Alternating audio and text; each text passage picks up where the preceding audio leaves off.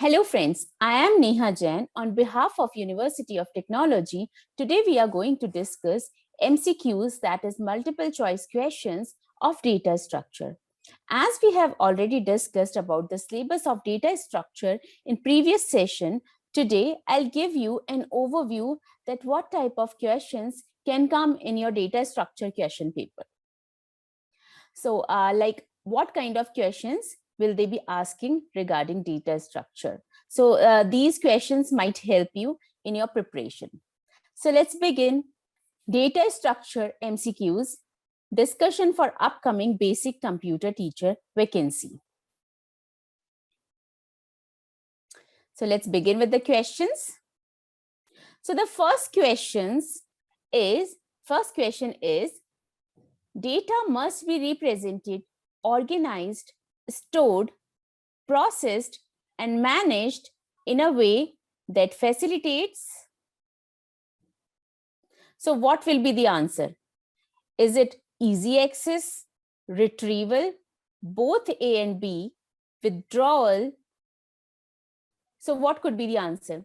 Many of you may know the answer. Answer is also written on the slide. आप देख ही सकते हैं कि आंसर है सी, बोथ ए एंड बी. तो चलिए इसका आंसर तो आप सभी को होपफुली पता होगा कि आंसर है कि डेटा इस तरीके से रिप्रेजेंटेड, ऑर्गेनाइज या स्टोर्ड होना चाहिए कि उसका बहुत ही इजी एक्सेस और रिट्रीवल हो सके. अब इससे पहले हम समझते हैं कि डेटा स्ट्रक्चर होता क्या है. देखिए, डेटा स्ट्रक्चर एक तरीका है, it's a way to store and organize data, ताकि उसको हम बहुत ही एफिशिएंटली यूज कर सके. तो जो डेटा स्ट्रक्चर है वो कोई प्रोग्रामिंग लैंग्वेज नहीं है, कोई सी नहीं है, C++ नहीं है, जावा या कोई भी अदर प्रोग्रामिंग लैंग्वेज नहीं है. Basically data structure set of algorithms है जो हम यूज करते हैं किसी भी प्रोग्रामिंग लैंग्वेज में डेटा को स्ट्रक्चर करने के लिए मेमोरी के अंदर. तो भाई जरूरत क्या है डेटा स्ट्रक्चर? देखिए, जब हम एमसीक्यूज कर रहे हैं तो मेरा टारगेट ये रहेगा कि मैं आपको थोड़ा थोड़ा नॉलेज भी देती जाऊं सब्जेक्ट की. हालांकि हमने एक पहले वाले सेशन में डेटा स्ट्रक्चर की काफी कुछ डिस्कस कर लिया है, फिर भी मैं चाहती हूँ कि एक रिवीजन की फॉर्म में भी ये चलता रहे. तो क्यों जरूरत है डेटा स्ट्रक्चर और एल्गोरिथम लर्न करने की? देखिए, जैसे जैसे एप्लीकेशंस जो बनती हैं वो बहुत ही कॉम्प्लेक्स होती जाती हैं, डेटा रिच होती जाती हैं, तो जो 3 कॉमन प्रॉब्लम्स है वो बहुत फेस करते हैं. सबसे पहली प्रॉब्लम है डेटा सर्च की, दूसरी है प्रोसेसर स्पीड की, और तीसरी है मल्टीपल रिक्वेस्ट की. आप डेटा सर्च में मान लीजिए, जैसे कि अगर मान लीजिए 1 मिलियन 10 मिलियन का आइटम्स हैं, तो अगर एक आइटम को सर्च करना है तो हमें 1 मिलियन चीजों को सर्च करना पड़ेगा, तो सर्च बहुत स्लो हो जाएगी. प्रोसेसर की स्पीड अगर मान लीजिए हाई भी हो, तो भी अगर डेटा बढ़ेगा तो प्रॉब्लम्स आएंगी. अगर मान लीजिए thousands of user, lakhs of user search कर रहे हैं डेटा साइमल्टेनियसली एक वेब सर्वर पे, तो फास्ट सर्वर कितना भी हो वो भी स्लो हो सकता है. तो इन्हीं सब प्रॉब्लम को सॉल्व करने के लिए डेटा स्ट्रक्चर हमें हेल्प करता है, क्योंकि डेटा इस तरीके से डेटा स्ट्रक्चर में ऑर्गेनाइज किया जा सकता है कि सारे आइटम को सर्च करने की जरूरत ही ना पड़े. ऐसा नहीं है कि अगर 1 लाख आइटम है तो 1 लाख के 1 लाख के अंदर हमें देखना पड़े कि क्या हम जो चाहते हैं वो मिल रहा है या नहीं. अब एप्लीकेशंस क्या क्या हो सकती है डेटा स्ट्रक्चर और एल्गोरिथम की? देखिए, सबसे पहले एल्गोरिथम हम पहले भी डिस्कस कर चुके हैं कि एक स्टेप बाय स्टेप प्रोसीजर है, जो कि एक सेट ऑफ इंस्ट्रक्शंस डिफाइन करता है कि उनका ऑर्डर ऑफ एग्जीक्यूशन क्या होगा in order to achieve a desired result. So algorithm independently create किया जा सकता है किसी भी लैंग्वेजेस, चाहे C++, जावा, C#, किसी पर भी डिपेंडेंट नहीं होते. तो अगर हम एल्गोरिथम्स की बात करें तो सर्च का एल्गोरिथम होता है, algorithm to search an item in a data structure. Update का हो सकता है, algorithm to update an existing item in a data structure. Delete का हो सकता है, to delete an existing item from the data structure. Insert हो सकता है, to add a new item in a data structure. और सॉर्टिंग हो सकती है कि हम एक एल्गोरिथम में की हेल्प से कैसे आइटम्स को असेंडिंग या डिसेंडिंग में सॉर्ट कर सकते हैं. तो ये सब बात थी डेटा स्ट्रक्चर की. तो चलिए आगे हम बढ़ते हैं नेक्स्ट प्रश्न की तरफ, जो है what plays an important role in programming. So what plays an important role in programming? क्या वो डेटा है, क्या वो भी कंप्यूटर है, या वो इंफॉर्मेशन है, या नन ऑफ द अबव है। देखिए, अगर प्रोग्रामिंग की बात करें तो सब कुछ इर्द गिर्द ही डेटा के घूम रहा है, तो जो आंसर है वो तो आप सबको पता होगा कि data plays an important role in programming. तो डेटा होता क्या है, थोड़ा बहुत इसके बारे में बता देती हूँ। आप लोगों को वैसे तो पता होगा कि डेटा क्या होता है, क्योंकि जब हम लोग कंप्यूटर एग्जाम की प्रिपरेशन कर रहे हैं तो डेटा का पता होना तो बहुत ही ऑब्वियस बात है। तो डेटा एक ऐसी इंफॉर्मेशन है, डेटा एक ऐसा पीस ऑफ है जिसको कि ट्रांसलेट करना है एक एफिशिएंट फॉर्म में, ताकि हम उसको प्रोसेस कर सके। सो डेटा क्या करता है, क्यों यूज होता है डेटा? देखिए, डेटा जो है ना एक प्लूरल शब्द है, इसका जो सिंगुलर वर्जन है वो डेटा में, तो प्लीज कभी भी डेटाज ना बोले, डेटा खुद में एक प्लूरल है। तो डेटा क्यों यूज आता है? डेटा ऑर्गेनाइजेशंस को अलाउ करता है कि अगर उनकी कोई प्रॉब्लम आ रही है तो वो उसका कॉज बहुत ही इफेक्टिवली डिटरमाइन कर पाए। It helps, it allows an organization to visualize the relationship कि क्या हो रहा है अलग अलग लोकेशन में, अलग अलग डिपार्टमेंट्स में और अलग अलग सिस्टम्स में। तो इसका उत्तर है कि data plays an important role in programming. तो आइए आगे बढ़ते हैं हमारे तीसरे प्रश्न की तरफ। तीसरा प्रश्न कहता है, the hierarchical relationship between data elements can be easily represented using a non linear data structure. अब देखिए भाई, जब नॉन लीनियर डेटा स्ट्रक्चर की बात आती है तो आपको तो पता ही होना चाहिए कि नॉन लीनियर डेटा स्ट्रक्चर क्या होता है, क्योंकि जब हम डेटा स्ट्रक्चर की प्रिपरेशन कर रहे होते हैं तो हमें पता है कि लीनियर और नॉन लीनियर दो टाइप के डेटा स्ट्रक्चर होते हैं। तो इसका उत्तर तो आपको पता होगा कि root node, none of the above और चाइल्ड नोड तो हो ही नहीं सकता, क्योंकि रूट नोड और चाइल्ड नोड तो पार्टी ट्री डेटा स्ट्रक्चर का, रूट नोड और चाइल्ड नोड नाम का कोई डेटा स्ट्रक्चर तो है नहीं। नन ऑफ द अबव है नहीं, क्योंकि ट्री एग्जिस्ट कर रहा है जो कि एक नॉन लीनियर डेटा स्ट्रक्चर है। तो उत्तर है, the hierarchical relationship between data elements can be easily represented using a non linear data structure called tree. अब क्योंकि ट्री की बात आ ही गई है तो हम थोड़ा बहुत लीनियर डेटा स्ट्रक्चर के बारे में पढ़ लेते हैं कि लीनियर डेटा स्ट्रक्चर क्या होता है, क्योंकि non linear data structure tree या ग्राफ के बारे में बात करने से पहले हम ये जान लेते हैं कि लीनियर डेटा स्ट्रक्चर क्या होता है। देखिए, जो लीनियर डेटा स्ट्रक्चर है वो एक ऐसा स्ट्रक्चर है जिसमें एलिमेंट्स को सीक्वेंशियली स्टोर किया जाता है, और जो भी एलिमेंट्स होते हैं वो प्रीवियस वाले से और नेक्स्ट वाले एलिमेंट से कनेक्टेड रहते हैं। क्योंकि इसमें जो है एलिमेंट सीक्वेंशियली स्टोर रहते हैं, सो जो इनका ट्रैवर्सिंग होता है, इनका एक्सेस होता है, वो भी एक सिंगल रन में ही किया जा सकता है।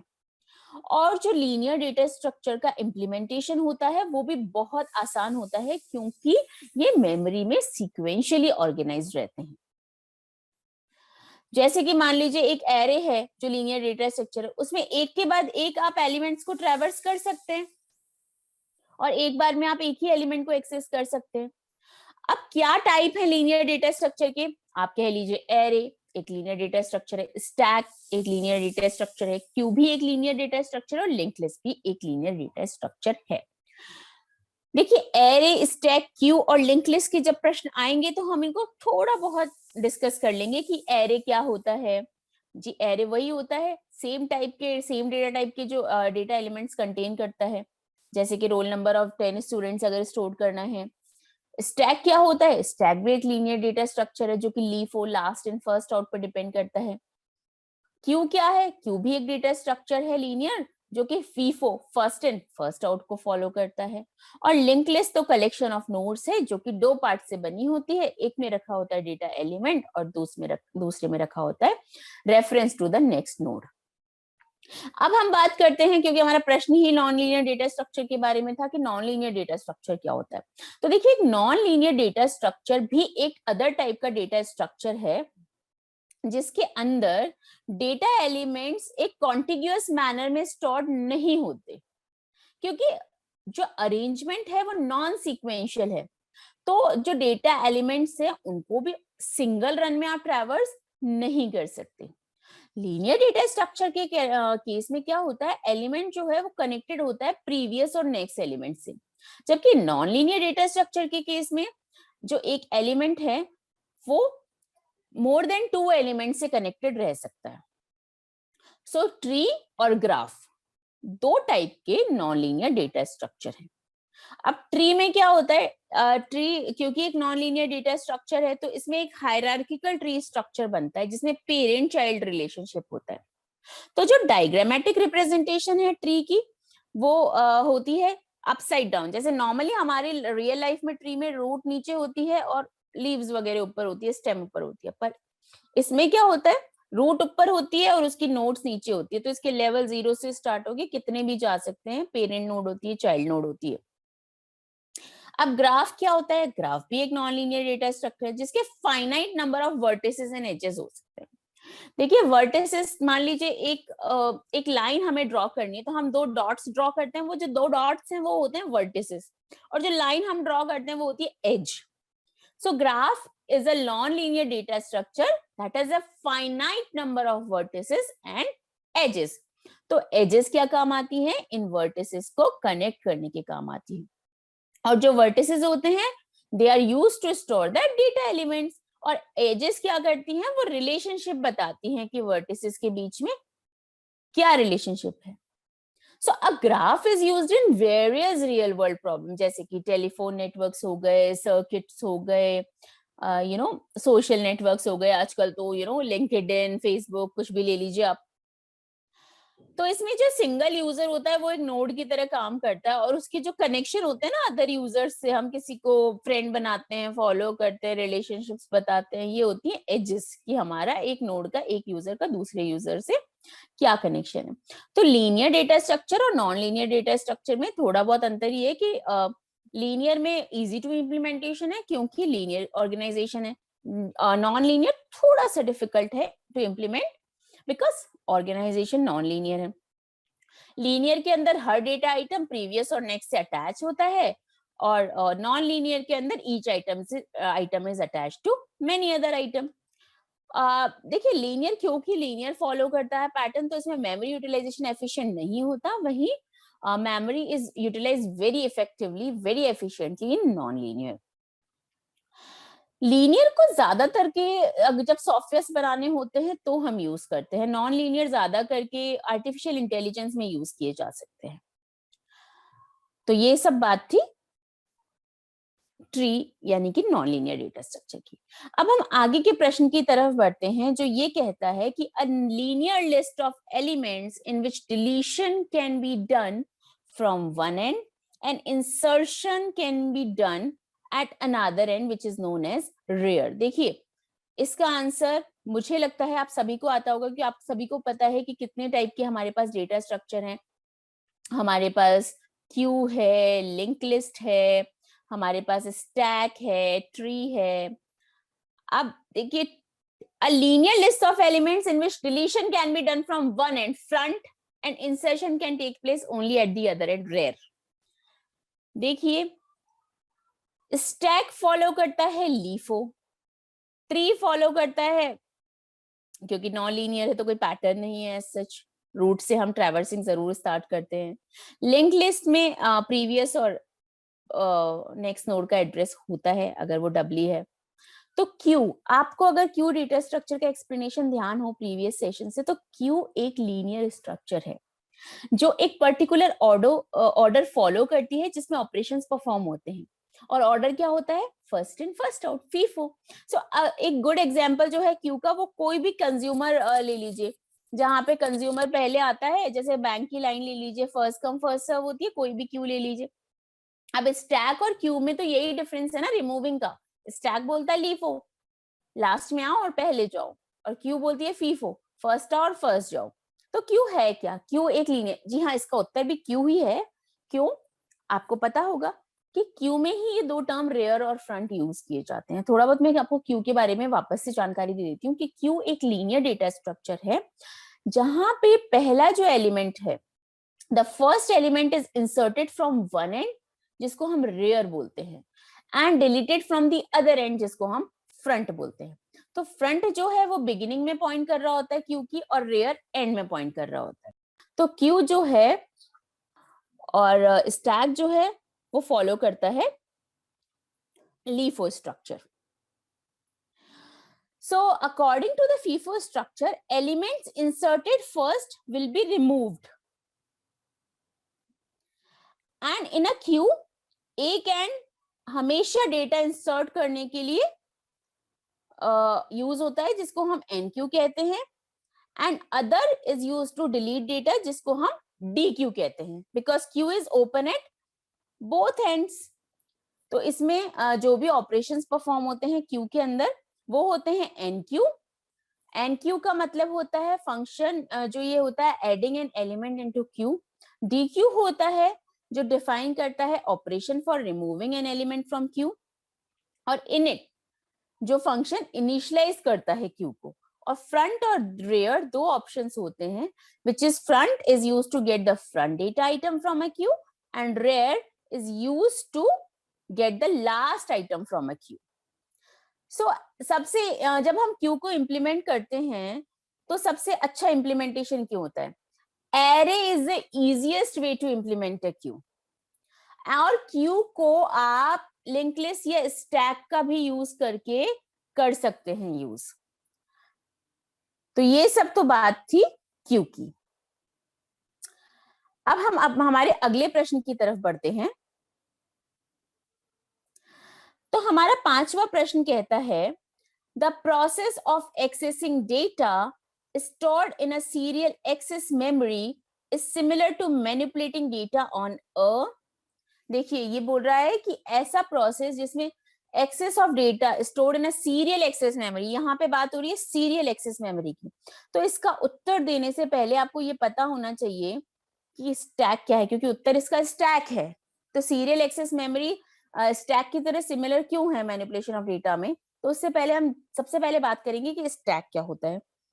देखिए stack is a linear data structure. ये तो आप सबको मैं बता ही चुकी हूँ कि it's a linear data structure जो कि एक पर्टिकुलर ऑर्डर फॉलो करता है, जिसमें ऑपरेशंस एक पर्टिकुलर ऑर्डर में परफॉर्म होते हैं, और वो ऑर्डर है LIFO, last in first out, या फिर फिलो बोलो, फर्स्ट इन लास्ट आउट।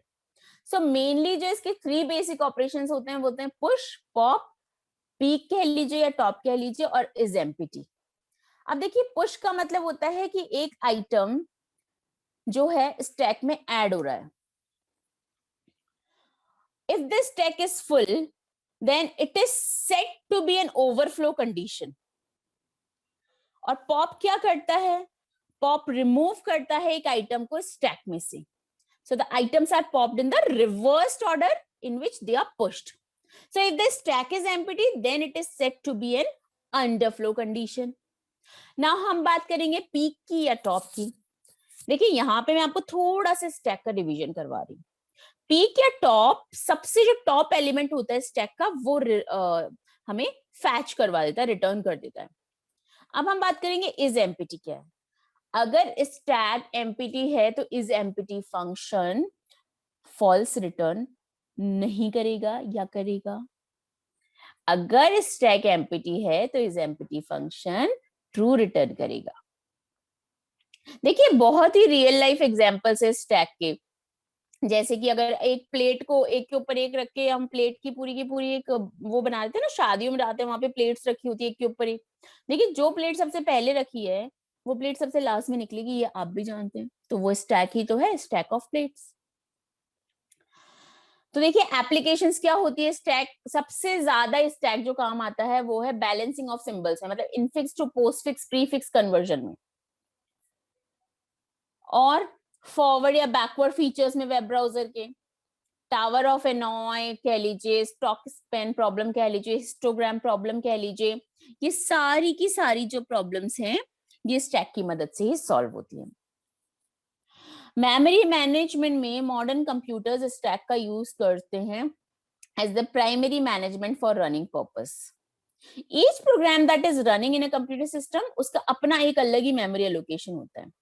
अगर आप बात करते हैं स्ट्रिंग को रिवर्स करने की तो ये भी एक अलग बात है, एप्लीकेशन है स्टैक की, क्योंकि 1 बाय 1 हर कैरेक्टर को इंसर्ट करते हैं स्टैक पे। तो जो फर्स्ट कैरेक्टर होता है वो बॉटम ऑफ द स्टैक पे होता है और जो लास्ट एलिमेंट होता है स्ट्रिंग का वो टॉप पे होता है। तो जब हम पॉप करते हैं जाते हैं तो हमको स्ट्रिंग का रिवर्स मिलता जाता है। तो अब हम बात करेंगे कि स्टैक को इम्प्लीमेंट कैसे करें। स्टैक को इम्प्लीमेंट आप एरे को यूज करके भी कर सकते हैं और लिंक लिस्ट को यूज करके भी कर सकते हैं। अब स्टैक डेटा स्ट्रक्चर पे जब हम वर्क कर रहे होते हैं तो एक पॉइंटर होता है सबसे पहले तो top, which is used to keep track of the top elements in the stack. जब हम स्टैक को इनिशियलाइज करते हैं तो हम इसकी वैल्यू जो है -1 सेट करते हैं। तो जब हम टॉप को कंपेयर करेंगे ना -1 से, टॉप इक्वल्स टू -1, तो हमें पता चल जाएगा कि स्टैक अभी एम्प्टी है। तो जब हम कोई भी एलिमेंट स्टैक में पुश करते हैं तो हम टॉप की वैल्यू बढ़ाते हैं पहले, और फिर हम एलिमेंट उसमें इंसर्ट करते हैं। और जब हम पॉप करते हैं एलिमेंट को तो हम एलिमेंट फैच करने के बाद टॉप को डिक्रीज कर देते हैं बाय 1। सो हम पहले एलिमेंट पुश करने से पहले चेक करते हैं कि if this stack is already full, and pop करने से पहले हम चेक करते हैं if this stack is already empty. तो ये सब बात थी स्टैक की। तो आपको इतना समझाने के बाद ये उत्तर तो समझ में आ ही गया होगा कि सीरियल एक्सेस मेमोरी जो है उसमें कौन सी काम में आती है, वो किसके सिमिलर है, वो है स्टैक के सिमिलर। अब हम बात करेंगे कि which data structure is needed to convert infix notation to postfix notation। अगला प्रश्न जो है वो है which data structure is needed to convert infix notation to postfix notation। देखिए, जब मैं आपको स्टैक एक्सप्लेन कर रही थी, जब मैं आपको इसके एप्लीकेशंस बता रही थी, मैंने आपको ये बताया था कि स्टैक का जो एप्लीकेशन है वो है कि ये जब भी हमें इनफिक्स, पोस्टफिक्स, प्रीफिक्स ऑपरेशंस को कन्वर्ट करना होता है तो हम स्टैक का यूज करते हैं। तो इसका उत्तर बिल्कुल क्लियर है कि stack data structure is needed to convert infix notation to postfix notation. चलिए आगे बढ़ते हैं हम नेक्स्ट प्रश्न की तरफ। नेक्स्ट प्रश्न है कि the type of expression in which operator succeeds it's operand is. मतलब इसका ये मतलब है कि वो एक्सप्रेशन को हम क्या बोलेंगे जिसके अंदर ऑपरेटर सक्सीड करता है उसके ऑपरेंड को। मतलब ऑपरेंड पहले है, ऑपरेटर बाद में है। तो देखिए, ऑपरेटर इज पोस्ट, तो उत्तर क्या हुआ, पोस्ट फिक्स ऑपरेशन। मैं आशा करती हूं कि आप सभी को इनफिक्स, पोस्ट फिक्स और प्रीफिक्स समझ में आते ही होंगे। So the type of expression in which operator succeeds its operands is known as postfix operation। देखिए, नोटेशंस जो है ना, इनफिक्स, प्रीफिक्स, पोस्टफिक्स, ये क्या होती है? They are a way to write arithmetic expression. इनको नोटेशन बोलते हैं। They are the way how to write arithmetic notations. So जो अर्थमेटिक एक्सप्रेशन होता है उसको 3 डिफरेंट लेकिन इक्विवेलेंट नोटेशंस ही हैं, उनमें लिखा जा सकता है, और वो होती है इनफिक्स, प्रीफिक्स और पोस्टफिक्स। जो इनफिक्स नोटेशन होती है वो तो नॉर्मल होती है, जैसे a plus b that are used by us while write different mathematical expression। Prefix और पोस्टफिक्स नोटेशन होती है वो थोड़ी सी डिफरेंट होती है। देखिए, प्रीफिक्स में क्या है, मैंने आपको क्या बोला, a plus b। तो प्रीफिक्स में क्या होता है ना, ऑपरेटर पहले लग जाता है, तो ये क्या हो जाएगा, plus ab, because the operator is prefix to operands। operands होते हैं जिन पे हम वर्क कर रहे हैं, a और b है operands, और प्लस है operator. So operator is written ahead of the operands. जैसे कि मैंने आपको उदाहरण दिया ही है, a प्लस बी अगर आपको प्रीफिक्स में लिखना होगा तो हम उसे बोलेंगे plus A B. Prefix notations को हम पॉलिश नोटेशंस भी कहते हैं। अब हम बात करते हैं कि भाई पोस्टफिक्स नोटेशन क्या होती है फिर। सो जो पोस्टफिक्स नोटेशन है, जिसको हम रिवर्स पॉलिश नोटेशन भी कहते हैं, इसके अंदर ऑपरेटर को पोस्ट फिक्स किया जाता है, मतलब बाद में लगाया जाता है ऑपरेंड्स की। So the operator is written after the operands.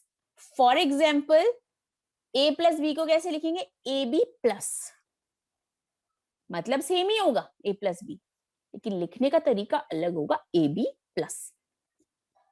सो एक ऑपरेशन को पोस्टफिक्स तब बोलते हैं जब operator appears in the expression after the operands, और एक एक्सप्रेशन को प्रीफिक्स तब बोलते हैं if the operator appears in the expression before the operands. समझ में आया? तो चलिए आगे बढ़ते हैं।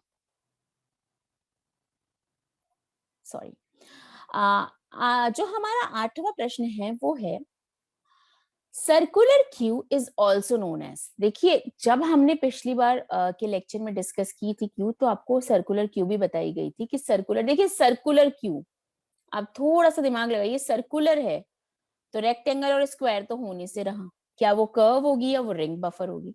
तो क्योंकि वो पूरा प्रॉपर सर्कल होता है तो इसलिए उसको रिंग बफर ही कहते हैं। अब क्योंकि सर्कुलर क्यू की बात आ ही गई है तो थोड़ा बहुत सर्कुलर क्यू के बारे में वापस से जान लेते हैं।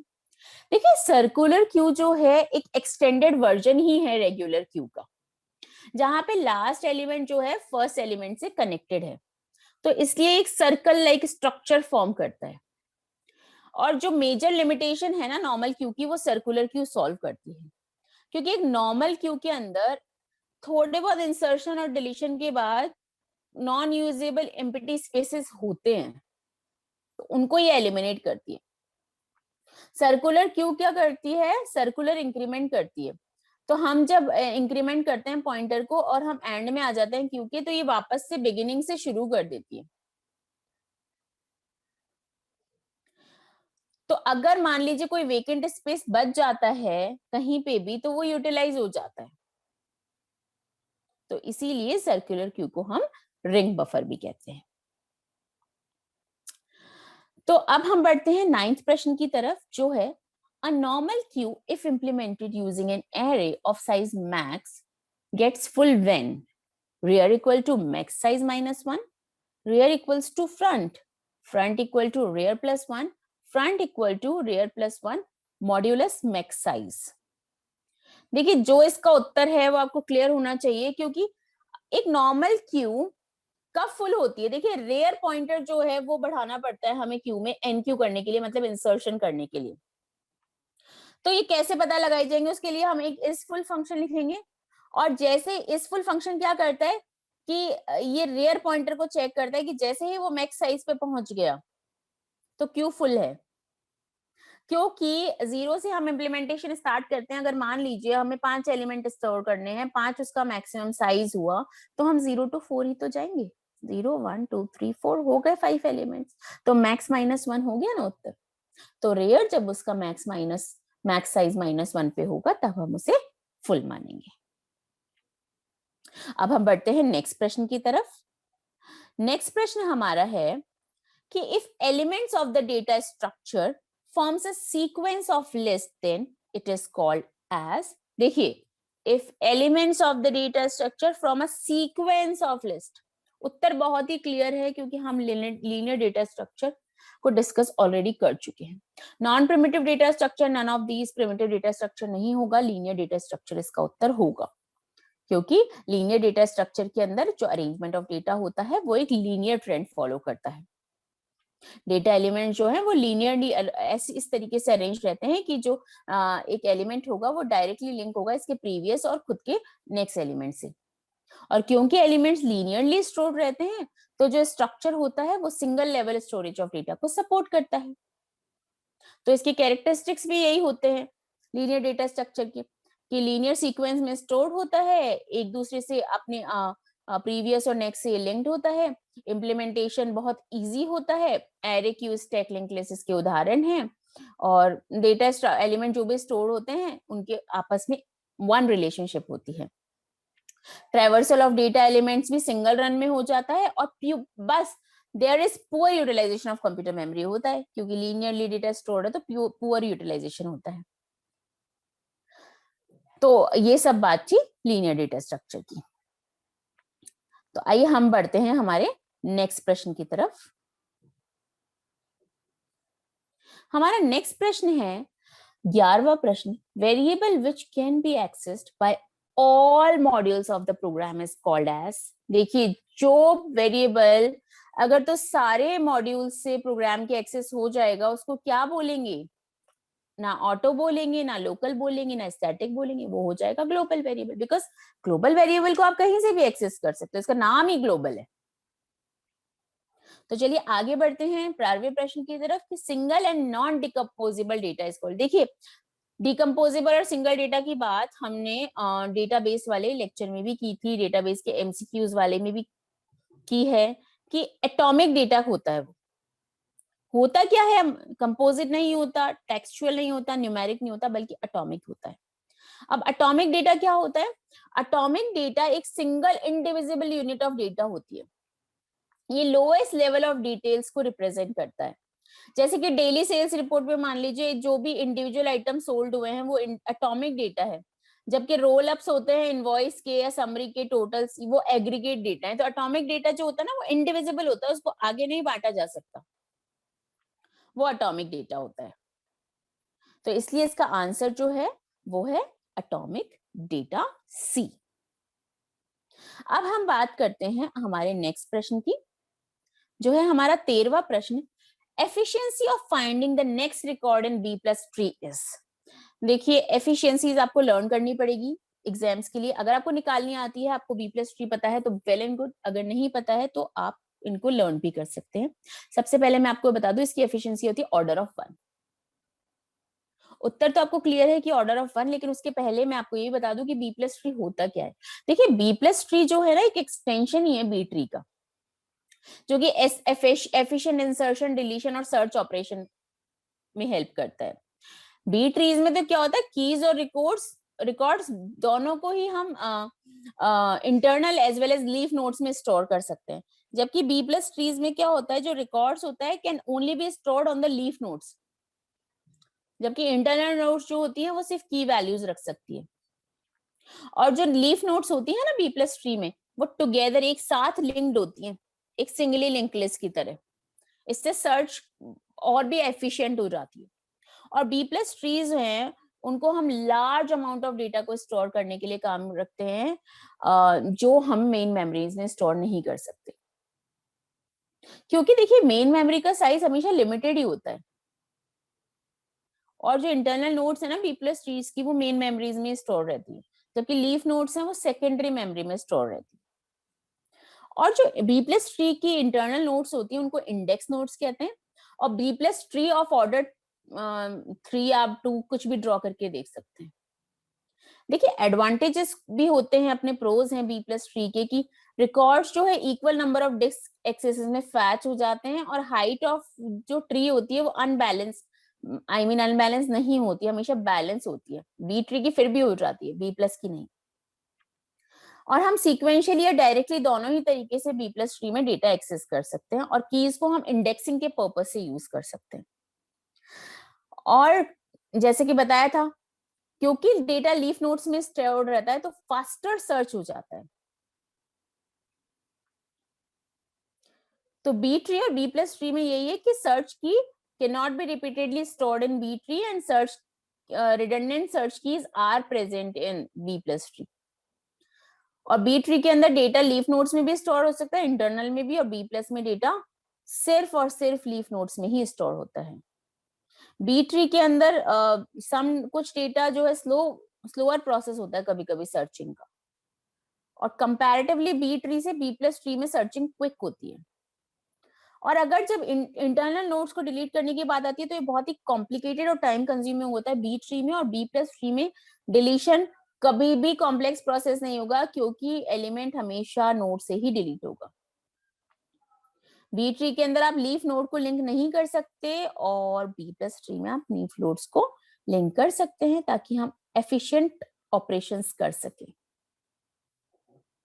तो ये सब थी बी। देखिए एंडलेस बात हो सकती है ना, हम जब भी किसी टॉपिक के बारे में बात करें तो काफी हम आगे तक जा सकते हैं, बट क्योंकि टाइम की भी लिमिटेशन होती है, और जनता भी बोर ना हो, एक बार में बहुत ओवरफ्लो ऑफ इंफॉर्मेशन भी ना हो, इसलिए टू कीप इट थोड़ा सा छोटा, यहीं पे हम बी प्लस ट्री को समाप्त करते हैं। क्योंकि ये एक एमसीक्यू सेशन है, तो हम आगे बढ़ते हैं हमारे 14वें प्रश्न की तरफ। What is the maximum number of edges in a bipartite graph having 10 vertices? देखिए अगर ये क्वेश्चन एग्जाम में आ जाता है, आपको सबसे पहले तो ये पता होना चाहिए, उत्तर आपको दिख ही रहा है 25 से, कैसे कैलकुलेट हुआ है मैं बताती हूँ। देखिए उत्तर कैसे कैलकुलेट हुआ, अगर एक n है जो रिप्रेजेंट करता है वर्टिसेस को, यहाँ पे n की वैल्यू है 10, आपको फाइंड आउट करना है कि कितने नंबर ऑफ एजेस होंगी। तो सबसे पहले एक बायपार्टाइट ग्राफ के बारे में जान लेते हैं कि अगर n इक्वल्स टू 10 होगा तो 25 कैसे आएगा, वो अपन बाद में बात करेंगे। कि बायपार्टाइट ग्राफ जो होता है उसके 2 सेट्स ऑफ वर्टिसेस होते हैं। तो the set are such that vertices in the same set will never share an edge between them. जो एक सेट के अंदर वर्टिसेस होंगे ना, उनमें कोई एज नहीं होगी। तो यहाँ अगर इस प्रश्न की बात करें, क्योंकि इसमें नंबर ऑफ वर्टिसेस 10 थे, तो अगर 2 सेट्स होंगे तो 5 वर्टिसेस होंगे हर सेट में। सो उनमें एक दूसरे के पास एज, एक दूसरे के साथ एज होगी, they will have an edge to every other vertex of the second set. तो टोटल क्या होगी, 5 मल्टीप्लाई बाय 5, 25। अगर मान लीजिए वही इनपुट 9 है, तो अगर आप उसको दो सेट्स में डिवाइड करते हैं 5 और 4 के, तो 5 4 जा 20, तो आउटपुट होगा 20। तो आप कैसे कैलकुलेट करेंगे, उनको सेट्स में डिवाइड कर दीजिए एंड देन उनको मल्टीप्लाई कर दीजिए। अब बात करते हैं, जब बाईपार्टाइट ग्राफ आ ही गया तो ऐसा तो हो ही नहीं सकता हम इसके बारे में बात ना करें। तो बाईपार्टाइट ग्राफ को हम बाय ग्राफ भी कहते हैं। ये एक वर्टिसेस का समूह होता है, पॉइंट्स होते हैं जहां पे बहुत सारी लाइंस मिलती हैं। ये डिकम्पोज होता है टू डिसजॉइंट सेट्स में। इसका ये मतलब होता है they have no element in common such that कि no two graph vertices within the same set are adjacent। ये आपको बताया, तभी तो कैलकुलेशन करना आया कि कितने एजेस होंगे। एडजेसेंट नोड्स वही टू नोड्स होती है जो कि एक एज से कनेक्टेड होती है। बायपार्टाइट ग्राफ एक स्पेशल केस ही है के पार्टाइट ग्राफ का। के पार्टाइट ग्राफ आप थोड़ा जाके पढ़िएगा किताब में से कि के पार्टाइट ग्राफ क्या होता है। जो बायपार्टाइट ग्राफ होते हैं वो इक्विवेलेंट होते हैं टू कलरेबल ग्राफ्स के। तो काफी एल्गोरिथम्स भी दिए हुए हैं कि हम कैसे चेक कर सकते हैं कि बायपार्टाइट ग्राफ है नहीं है। और बायपार्टाइट ग्राफ की जो एप्लीकेशन है, मूवी प्रेफरेंसेस एक पर्सन की क्या है, स्टेबल मैरिज मैचिंग प्रॉब्लम क्या है, सर्च एडवर्टाइजमेंट में, ई कॉमर्स में सिमिलर रैंकिंग क्या है। बायपार्टाइट ग्राफ मेडिकल फील्ड में लंग कैंसर, थ्रोट कैंसर आदि डिटेक्ट करने में काम आते हैं। अब हम बढ़ते हैं हमारे नेक्स्ट प्रश्न की तरफ, जो है हमारा 15वां प्रश्न। For a given graph G having V vertices and E edges which is connected and has no cycle, which of the following statement is true? देखिए ये बात कर रहा है कि साइकिल्स नहीं है ग्राफ के अंदर, और एजेस ये हैं E और वर्टिसेस हैं V। तो इसका उत्तर V इक्वल्स टू E+1 कैसे हुआ? मैं एक बहुत ही साधारण एग्जांपल दीजिए, दो डॉट बनाए, उनको लाइन से कनेक्ट कर दीजिए, वो एक लाइन उनकी एज हो जाएगी और वो दो डॉट है, तो दो वर्टिसेस हो गई और एज एक ही है, तो V इक्वल टू E+1 हो गया ना। कि डॉट है दो, 2 इक्वल्स टू 1 + 1 2, तो इसलिए इसका उत्तर हुआ वर्टिसेस इक्वल्स टू E+1, जहां पे कोई साइकिल नहीं है। अब हम अगले प्रश्न की तरफ बढ़ते हैं, जो है अ B+ tree can contain a maximum of 7 pointers in a node, what is the minimum number of keys in a leave? देखिए अगर 7 पॉइंटर्स इन अ नोड है तो minimum number of leaves 7 sorry 3 keys जो है वो 3 होंगी। अब इसके उत्तर जो है वो जब आप B+ ट्री को डिटेल में और खुद से पढ़ेंगे या मेरे लेक्चर्स जाके देखेंगे तो आपको इसका अनुमान लग जाएगा। अब हम आगे बढ़ते हैं हमारे 17वें प्रश्न की तरफ, जो बात करता है कि which matrix has most of the elements as 0। देखिए ये इस मैट्रिक्स क्या होती है, स्पार्स मैट्रिक्स इसका उत्तर है, वो आप सभी लोग स्लाइड में देख सकते हैं, पर कैसे वो मैं बताती हूँ। सबसे पहले हम बात करते हैं मैट्रिक्स की। मैट्रिक एक 2 डायमेंशनल डेटा ऑब्जेक्ट होता है जो कि रोज और कॉलम से बना होता है, इसीलिए हम बोलते हैं m×n वैल्यूज है इस मैट्रिक्स में। अगर किसी मैट्रिक्स में ज्यादातर एलिमेंट 0 वैल्यू है ना, ज्यादातर एलिमेंट्स की, तो उसको स्पार्स मैट्रिक्स बोलते हैं। अब क्यों हम स्पार्स मैट्रिक्स यूज कर रहे हैं सिंपल की जगह? स्टोरेज पर्पस की वजह से और कंप्यूटिंग टाइम की वजह से, क्योंकि स्टोरेज में there are lesser non zero elements than zeros, और computing time can be saved by logical designing, that's why we use sparse matrix. अब हम अगले प्रश्न की तरफ बढ़ते हैं, 18 की तरफ, जो है the process of accessing data stored in a serial access memory is similar to manipulating data on a. देखिए ये प्रश्न थोड़ा बहुत मिलता जुलता है एक प्रीवियस प्रश्न की तरह, तो इसका उत्तर स्टैक है। क्यों, मैं आपको बताती हूँ। एक मेमोरी क्या होती है, देखिए सबसे पहले मेमोरी की बात करते हैं। मेमोरी एक ह्यूमन ब्रेन ही तो है जहाँ पे डेटा और इंस्ट्रक्शंस स्टोर्ड है। तो कंप्यूटर मेमोरी भी एक स्टोरेज स्पेस है जहाँ पे डेटा को प्रोसेस किया जाता है, इंस्ट्रक्शंस लाए जाते हैं जो कि रिक्वायर्ड है प्रोसेसिंग के लिए, और उनको स्टोर किया जाता है। मेमोरी जो है बहुत पार्ट्स में, स्मॉल पार्ट्स में डिवाइडेड है, हर पार्ट को हम सेल बोलते हैं। तो ईच लोकेशन और सेल का जो है यूनिक एड्रेस होता है, जो कि 0 टू मेमोरी साइज -1 पे से कैलकुलेट होता है। अगर मान लीजिए एक कंप्यूटर की 64K वर्ड्स हैं, तो मेमोरी के 64 मल्टीप्लाई 1024 लोकेशन है, तो 0 से 65,535 इसका वैरी करेगा एड्रेस। तो मेमोरी के जो है 2 टाइप्स होते हैं, इंटरनल और एक्सटर्नल मेमोरी। इंटरनल मेमोरी मान लीजिए cache memory, primary main memory, जो भी कह लीजिए, एक्सटर्नल मेमोरी मैग्नेटिक या ऑप्टिकल डिस्क। अब सीरियल एक्सेस मेमोरी क्या होती है? सीक्वेंशियल एक्सेस होती है। Means the system must search the storage device from the beginning of the memory address, जब तक कि इसको रिक्वायर्ड पीस ऑफ डेटा ना मिल जाए। जो भी मेमोरी डिवाइस ये सपोर्ट करती है ऐसा सीक्वेंशियल एक्सेस, उसको हम सीक्वेंशियल एक्सेस मेमोरी या फिर सीरियल एक्सेस मेमोरी कहते हैं, जिसका सबसे अच्छा उदाहरण है मैग्नेटिक टेप। तो मैग्नेटिक टेप इसका उदाहरण है। और इसी तरह से इस प्रश्न का उत्तर भी होता है स्टैक, क्योंकि हम इसको पहले भी डिस्कस कर चुके हैं, तो आगे हम इसको डिस्कस नहीं करेंगे। हम आगे बढ़ते हैं हमारे 19वें प्रश्न की तरफ, जो है a variable p is called pointer if. देखिए p, जब हमने लिंक लिस्ट की बात की थी कि एक p को पॉइंटर तभी बोलेंगे जब उसके अंदर first element of data, first node का एड्रेस होगा। तो इसका उत्तर है कि जब p first element of data को पॉइंट कर रहा होगा तो हम उसको पॉइंटर बोलेंगे। तो इसका उत्तर है p points to the address of first element in data. इसका उत्तर है सी। अब हम आगे बढ़ते हैं हमारे 20वें प्रश्न की तरफ। A linear collection of data elements where the linear node is given by means of pointer is called. देखिए लीनियर कलेक्शन ऑफ डेटा की बात आ रही है, तो नोड लिस्ट और अनऑर्डर्ड तो भूल जाइए, प्रिमिटिव लिस्ट भूल जाइए, लीनियर कलेक्शन ऑफ डेटा इनमें से तो लिंक लिस्ट में होता है, तो कंफ्यूजन की यहाँ कोई चांस नहीं है। और अगर आप प्रश्न को ढंग से समझेंगे तो where the linear node is given by means of pointer, तो आपके दिमाग में लिंक लिस्ट अपने आप ही फ्लैश कर जाएगी कि इसका उत्तर क्या होगा, लिंक लिस्ट होगा। जब लिंक लिस्ट की बात आई गई है तो थोड़ा सा लिंक लिस्ट के बारे में जान लेते हैं कि जो लिंक लिस्ट होती है सीक्वेंस ऑफ डेटा स्ट्रक्चर होती है जो कि लिंक्स के थ्रू कनेक्टेड होती है। तो सीक्वेंस ऑफ लिंक्स होते हैं जिनके अंदर आइटम्स रखे होते हैं, हर आइटम का अनदर लिंक से एक कनेक्शन रहता है। आपको पता है link list second most used data structure है आफ्टर एरे, क्योंकि लिंक लिस्ट के अंदर लिंक होता है, नेक्स्ट होता है, लिंक में क्या रखा होता है, each link of link list can store a data element called an element, और नेक्स्ट में क्या होता है, एड्रेस होता है नेक्स्ट नोड का। अब कितने टाइप की लिंक लिस्ट होती है, सिंपल होती है, डबल होती है, सर्कुलर होती है, और इसके ऑपरेशंस भी जो होते हैं वो insertion, deletion, traversal means display, search, delete, यही सारे ऑपरेशन होते हैं। तो इसका उत्तर है लिंक लिस्ट। आगे हम बढ़ते हैं 21 प्रश्न, जो कहता है inline 200 if names is equals to, जो भी हो star star, then average equals to total marks divide by n of basic program. Names is classified as, देखिए नेम्स तो हमेशा स्ट्रिंग वेरिएबल ही होगा, कांस्टेंट तो नहीं हो सकता क्योंकि नेम चेंज होता रहेगा, जरूर तो ना एक ही इंसान का होगा। तो इरेशनल स्ट्रिंग, रैशनल स्ट्रिंग तो बिल्कुल नहीं होगा, स्ट्रिंग कांस्टेंट भी नहीं होगा। इसका उत्तर होगा कि नेम्स एक स्ट्रिंग वेरिएबल ही होगा। अब बात करते हैं नेक्स्ट प्रश्न की, जो है a graph is a collection of. देखिए ग्राफ आप सभी जानते हैं, हमने ग्राफ के बारे में थोड़ी बहुत बात भी की है। ग्राफ में लिंक्स और नोड्स, देखिए ग्राफ में वर्टिसेस होती है, एजेस होती है, मैंने बताया था ना 2 पॉइंट्स होते हैं, आप उनको कनेक्ट करेंगे एक एज बन जाएगी। तो graph is a collection of vertices and edges. So इसका उत्तर है A, that graph is a collection of vertices and edges.